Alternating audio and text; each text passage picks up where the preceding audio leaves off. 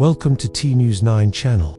Today, we're diving into chapter 36 of When No One Decides, titled Over the Line. If I do this, Ethan said quietly, there's no coming back. Rowan came to fully a minute later. He sat up, disoriented, then took one look at Ethan and swore. They hit you with a dampener, Rowan said. That's not supposed to affect ghosts, Ethan finished weakly. Yeah, I know. Lily stayed kneeling in front of him. Tell me how bad, she said. Ethan didn't answer, which was answer enough. His edges were unstable now, not flickering, tearing, like reality couldn't decide where he ended. I can't anchor like this, Ethan said. And if they come back, they will, Rowan cut in. Sooner, harder. Lily looked between them, then what's left? Ethan lifted his gaze to her. One thing, he said. And I've been avoiding it. Rowan's expression changed. No, he said sharply. That's not an option. You told me the cost, Ethan replied. Now I'm paying it early. Lily's chest tightened. What are you talking about? Ethan smiled at her, soft, apologetic. I can fully cross, he said. Not possession, integration. Her breath caught. You mean, I won't be beside you anymore, Ethan continued. I'll be with you. Rowan stood abruptly. That will burn you out, he snapped. Minutes, maybe seconds. Enough, Ethan said, to finish phase 2. Lily shook her head. No, we'll find another way. Ethan reached for her again. This time she felt it, warm, solid. I promised I wouldn't disappear without telling you, he said. Her eyes filled. You already broke that promise. No, he replied gently. I'm keeping it now. The building trembled faintly. Distant rotors. They're back, Rowan said. Lily grabbed Ethan's hand. If you do this, she whispered, don't do it for me. Ethan squeezed once. I'm doing it with you. He closed his eyes and stepped forward, not into her, through her. The world tilted. Sound stretched. Lily gasped as heat flooded her veins. Not pain, not force. Alignment. Her heartbeat doubled. Her vision sharpened. She knew where everything was. Every exit, every threat. Ethan's voice echoed inside her. Breathe. Let me guide, not drive. Footsteps thundered outside the door. Rowan backed away, stunned. Lily stood, not shaking, not afraid. Her eyes lifted steady, focused. Ethan, she whispered. I'm here, his voice replied, quieter now, but not for long. The door began to open, and Lily realized the next few minutes would decide who survived the truth. Chapter 37 of When No One Decides, titled Shared Breath. Let's jump right in. Don't fight me, Ethan's voice echoed inside her. Move with me. The door burst open. 2 agents, faster and sharper this time, stormed in without hesitation. Lily didn't think, she just moved. Not forward, but aside. Her body obeyed an instinct faster than fear. Good, Ethan murmured in her mind. They expect resistance, not redirection. One agent lunged, grabbing for her arm. Lily rotated her shoulder, stepping through his center line and using his own momentum against him. He stumbled past, his face a mask of shock. The second agent froze, just for a split second. It was all they needed. Lily, now, Rowan shouted. She ducked low and swept a leg knot brutally, just enough. The agent crashed to the floor with a breathless curse. Lily immediately backed away, creating distance, creating space. That's it, Ethan encouraged. We're not here to win. Her chest burned with a growing heat, getting hotter too fast. Ethan, she thought, panicked. You're fading. I know, he replied. Stay calm, that keeps us aligned. The first agent scrambled up, pulling out a dampener device. Rowan lunged to help but froze mid-step again as the device hummed to life. Lily felt it tear at her senses, a piercing shriek in her mind. Her knees buckled, but then steadied. Not yet, Ethan said, his voice strained. They tuned it for me alone. Lily forced herself to look up, meeting the agent's eyes. You're late, she said, her voice quiet but firm. The agent hesitated. It was the only mistake he needed to make.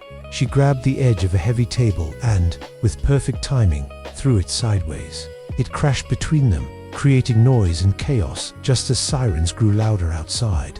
This attracted witnesses. Fall back, one agent hissed to the other. This is compromised. In seconds they were gone. Silence slammed back into the room. Lily staggered, the heat inside her spiking violently before plummeting. She collapsed to her knees as Ethan's presence wavered.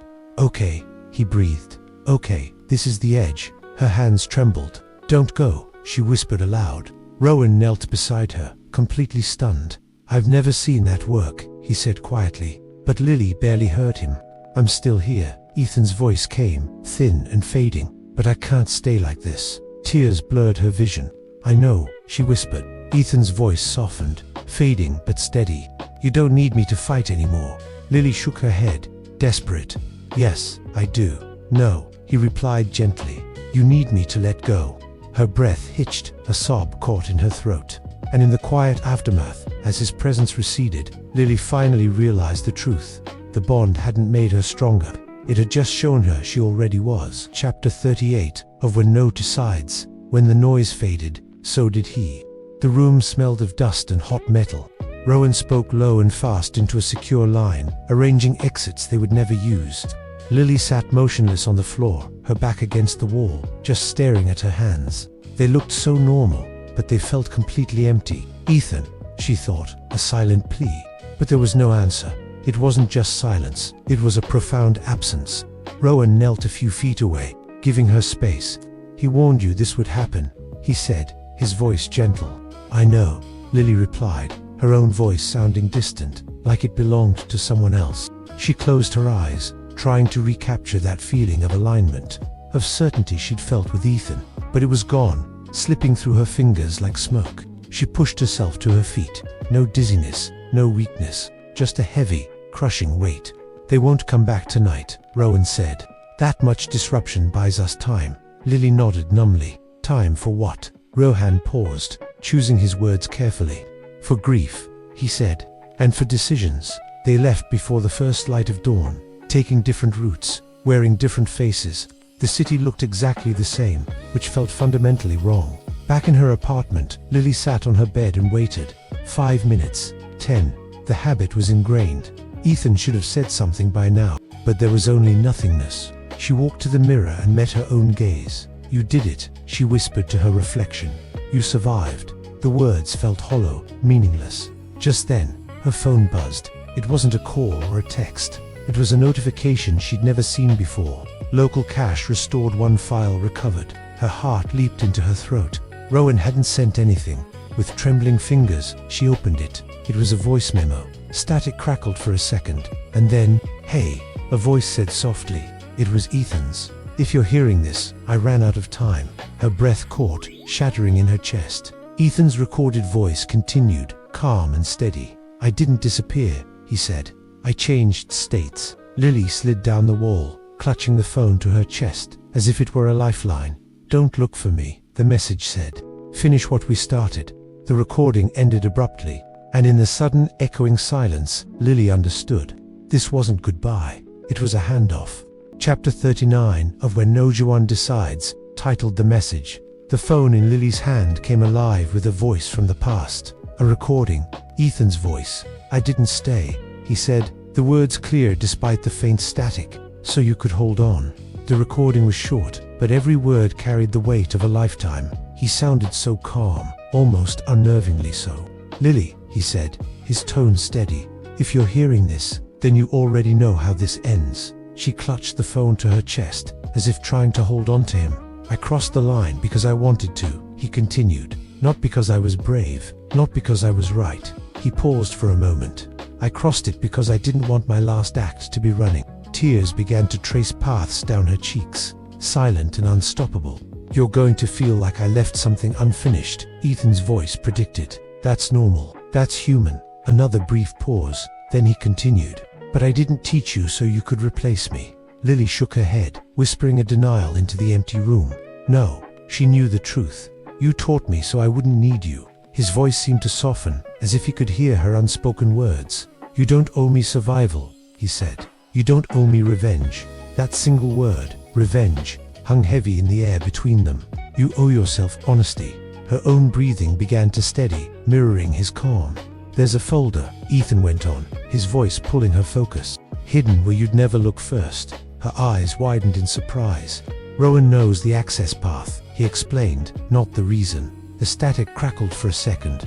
"If you use what's inside, the system fractures permanently. No cleanup, no quiet fixes." He took a deep breath. "They'll lose control. And if you don't," he added, his voice gentle again, "that's okay." Lily's quiet sobs started anew.